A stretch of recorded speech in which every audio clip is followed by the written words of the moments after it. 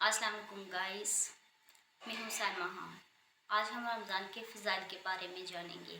حضرت سلیمان رضی اللہ عنہ کہتے ہیں کہ نبی کریم صلی اللہ علیہ وآلہ وسلم نے شعبان کی آخری تاریخ میں ہم لوگوں کو واضح فرمایا کہ تمہارے اوپر ایک مہینہ آ رہا ہے جو بڑا مہینہ ہے، بہت مبارک مہینہ ہے۔ اس میں ایک رات ہے، شب قدر، جو ہزاروں مہینوں سے بڑھ کر ہے۔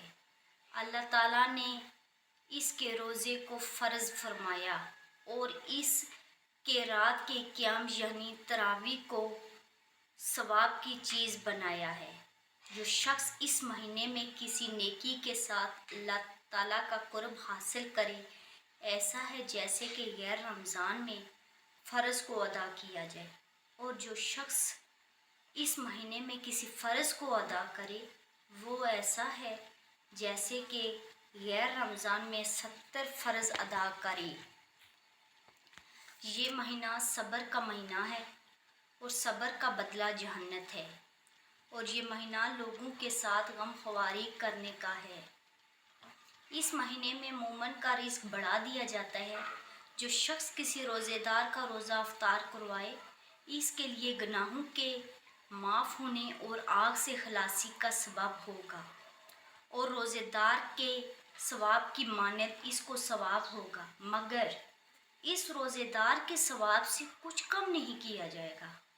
صحابہ رضی اللہ عنہ نے عرض کیا کہ یا رسول اللہ صلی اللہ علیہ وآلہ وسلم، ہم میں سے تو ہر شخص اتنی وسعت نہیں رکھتا کہ روزے دار کو افطار کروائے۔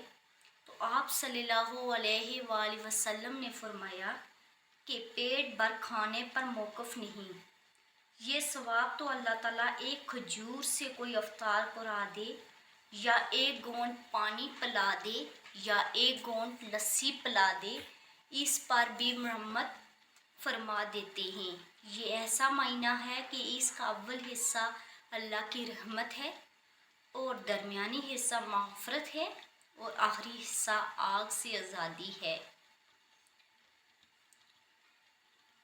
جو شخص اس مہینے میں ہلکا کر دے اپنے غلام و خادم کے بوجھ کو، اللہ تعالیٰ اس کی مغفرت فرماتے ہیں اور آگ سے آزادی فرماتے ہیں۔ اور 4 چیزوں کی اس میں کثرت رکھا کرو، جن میں سے 2 چیزیں اللہ کی رضا کے واسطے، اور 2 چیزیں ایسی ہیں کہ جن سے تمہیں چارہ کار نہیں۔ پہلی 2 چیزیں جن سے تم اپنے رب کو راضی کرو وہ کلمہ طیبہ اور استغفار کی کثرت ہے، اور دوسری 2 چیزیں یہ ہیں کہ جنت کی طلب کرو اور آگ سے پناہ مانگو۔ جو شخص کسی روزے دار کو پانی پلائے، حق کے تعالیٰ قیامت کے دن میرے حوض سے اس کو ایسا پانی پلائیں گے جس کے بعد جہنت میں داخل ہونے تک پیاس نہیں لگے گی۔ کائنڈلی چینل کو سبسکرائب کر دیں اور بیل آئیکن پریس کر دیں۔ مجھے دیجیے اجازت، ملتے ہیں ایک نئی ویڈیو کے ساتھ، تب تک کے لیے اللہ حافظ۔